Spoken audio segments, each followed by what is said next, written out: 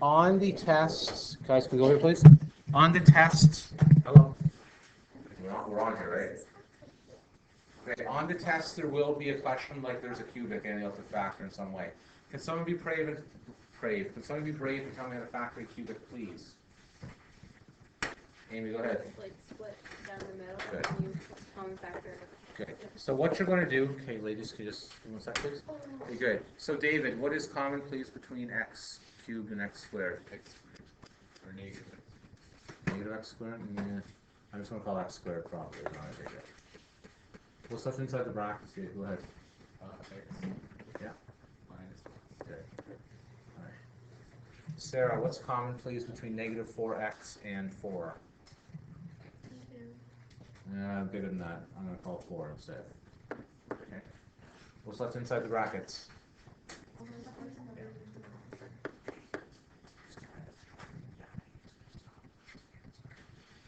Oh, it is. I'm just being honest. Okay, things are looking good, but not yet great. Gabriella, what's the next step, please? Yeah. Good. Portion are not yet done. What's the next step, please? You can take this one. So x minus 2 and x plus 2. X minus. Okay, so what this is going to change my equation into is f of x equals 5 over x minus 2, x plus 2, and x minus 1. Okay, with that information, Julia, can you be brave and tell me some asymptotes, please, if you do something.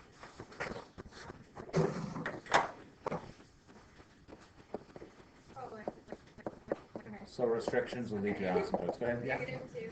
Yeah. And 1. And y cannot equal 0.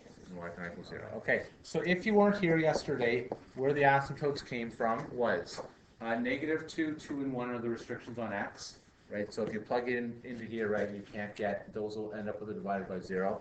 The y can't be 0 is because you can't solve the equation 0 equals all of that stuff. Okay, that's not possible to work there. Okay, good. Now, for those that were here yesterday, what do we do next? Actually, Brooke, I'm going to pick on you. What do we do next? Drawing down. Yes. So now we're going to sketch the asymptotes. When I say sketch, I mean draw neatly the asymptotes.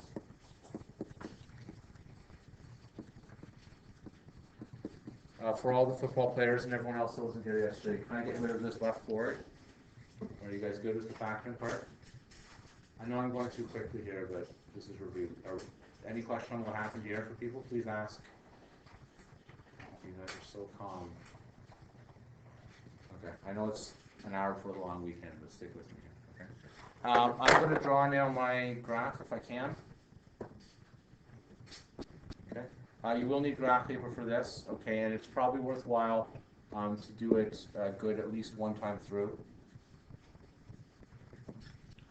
Okay, so it's going to be, is this the exact question on this line, by the way? It better not be. I hope not. That's sort of what I do as a teacher. Yeah. Is it? I knew it. No. Is it very close? Great. I got the three brackets in my mind, but it's not the same numbers. Okay, so here we go. I'm going to draw this as neatly as I can here right now, which is going to be, I'm going to put arrows all over the place. I'm going to put my y-axis. Now, Ben, I'm looking at you when I say this. Please make sure you show great care on these graphs before you draw them in the future. Are we clear? Okay. I'm going to put arrows on all four sides. I'm going to label x-axis and y-axis. I'm going to gently and positively put numbers on my graph. On the whole, I'm going to say probably 90% of the class, if not more, did nice graphs on their assignment and on their test, okay? The first way through, but some people, we'll mention their names again, did not, okay? So if you're one of those people that did not, change your ways right now, okay? You know who I'm talking about, so if you're one of those people. Okay, so now we're going to draw our asymptotes. How the heck was somebody that was here yesterday? How do I draw x cannot equal negative 2? How do I do that? Amy, go ahead. Very good. So what I'm going to do is, there's my line, there's my this. I'm going to do it in green. Here's x is less than negative 2 is going to go something like this. Good. And do the same thing all the way. X cannot equal 2 is here. Uh-oh. Marker didn't work. Okay. Let's try again. X cannot equal 2 is right about here. And X cannot equal 1 is about here. What I'm also going to do, and this is for Ben and everybody else, sorry Ben, I'm going to stop bugging you as of right now. Please label what this is.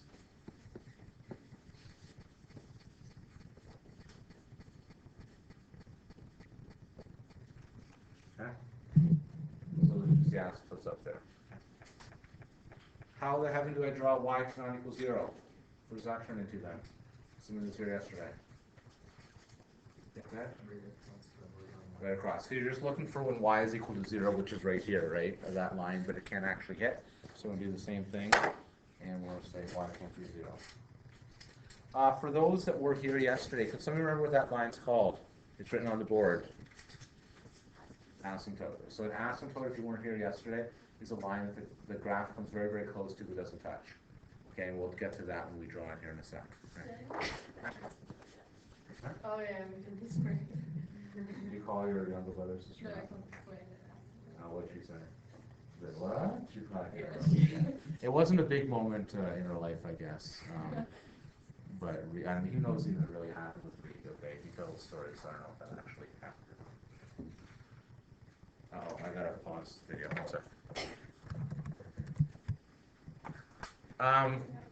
Okay, next we have to do the interval chart.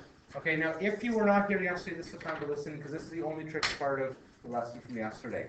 How do I draw the interval chart? Could somebody that was here yesterday be brave and volunteer? Oh, good, Carly, you're raising your hand. Good. Okay. How do you draw the interval chart? What do I put on the left-hand side here? Yeah. Yeah, so you're going to put all the factors of the equation you're going to put under here. Okay, so you're going to put the 5 there. You're going to put the x minus 2, the x plus 2, and x minus 1. That's fine. Get rid of it, please. Thank you. Okay, so I'm going to put here, here's a 5. Here's an x minus 2. Here's an x plus 2, and here's an x minus 1. And at the bottom, I'm probably going to write overall. Okay, so for everybody that wasn't here yesterday, where those come from, or those are all our factors. So the 5 comes from here, right? The x minus 2 comes from here, the x plus 2 comes from here, and the x minus 1 comes from there. Okay. Riley, you're good? Okay. Can someone now be brave, and I won't pick on anybody here this time. What I'm going to do for this is we're going to do, it's called the interval chart because the intervals we're going to use are 4 sections of a graph between the asymptotes. Okay? So can someone be brave and tell me the left-handed interval? Riley, go ahead. X is less than negative 2. And just think of this like the main here. Okay? So what we're doing, and I'm going to run out of room where I shoot. But when x is less than negative 2 base, it's this asymptote, but you go on the left-hand side, so it's less than that. Can I get a second brave soul to tell me what the next interval will be? Yeah, I don't want the first one, because that was the easy one. So let me try the next one. What's the next chunk between here and here? How do I write that? Yeah, go ahead. Negative 2 is less than x. Good. Right, so you're going from negative 2 to 1. Okay. Now for the football players, you're probably sitting here saying, I don't know what's going on.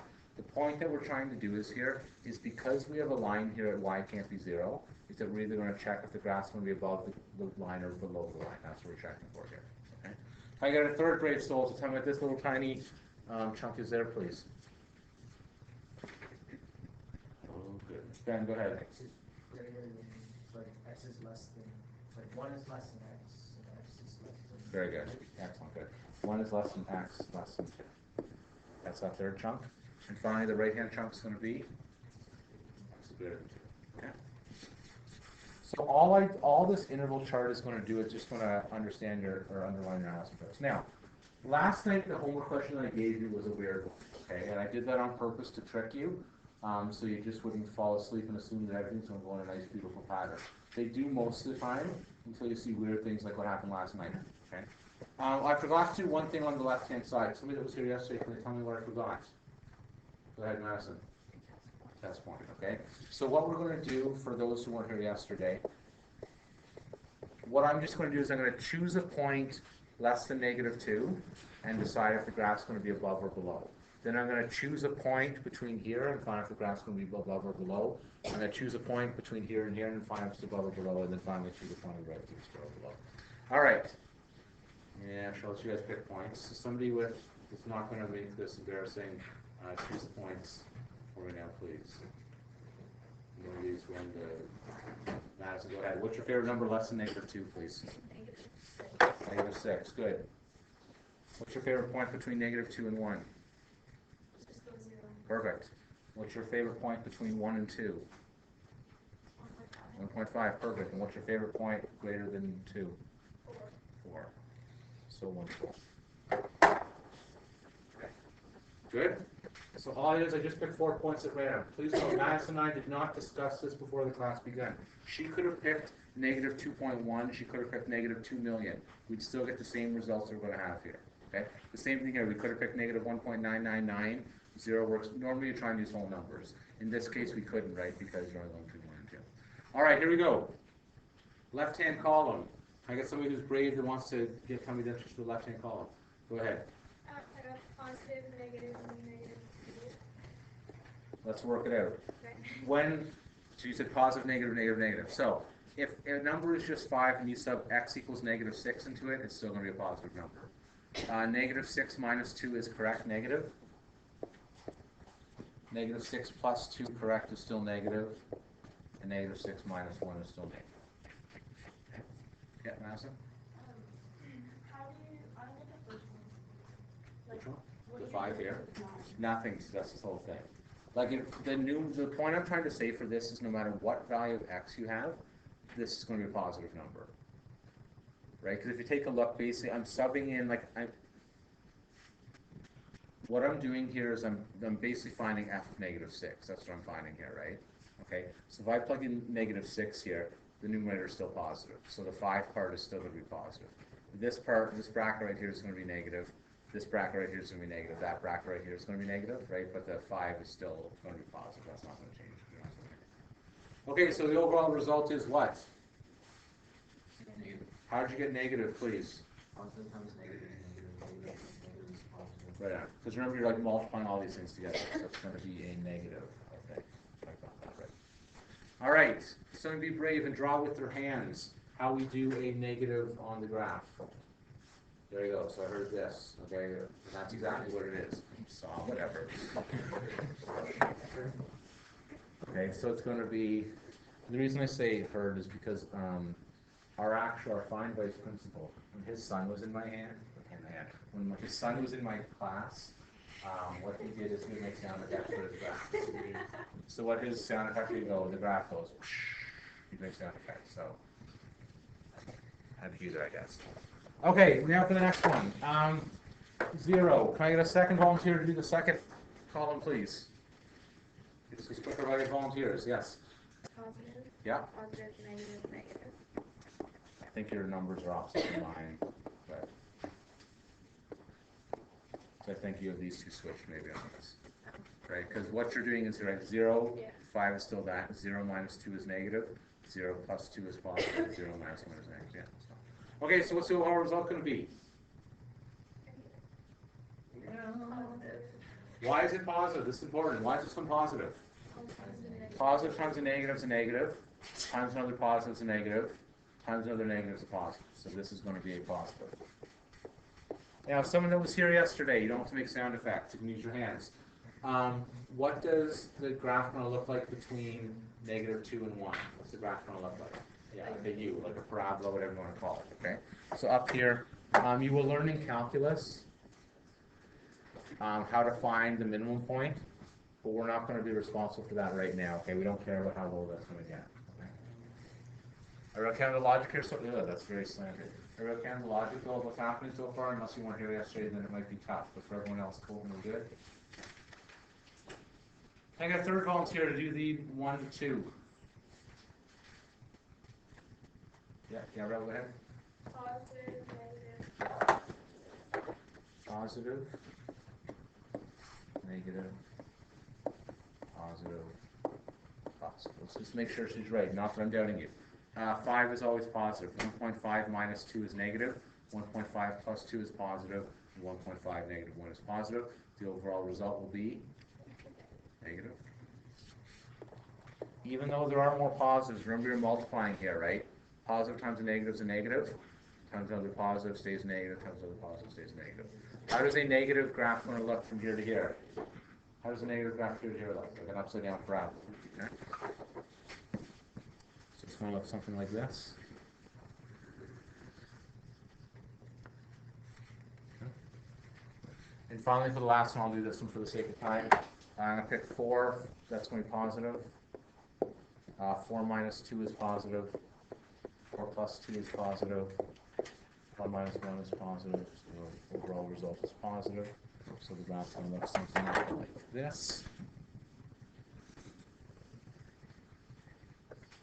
Okay, can I get everyone to quickly close your eyes, put your heads in your desks before I'm going to stop recording. Okay, please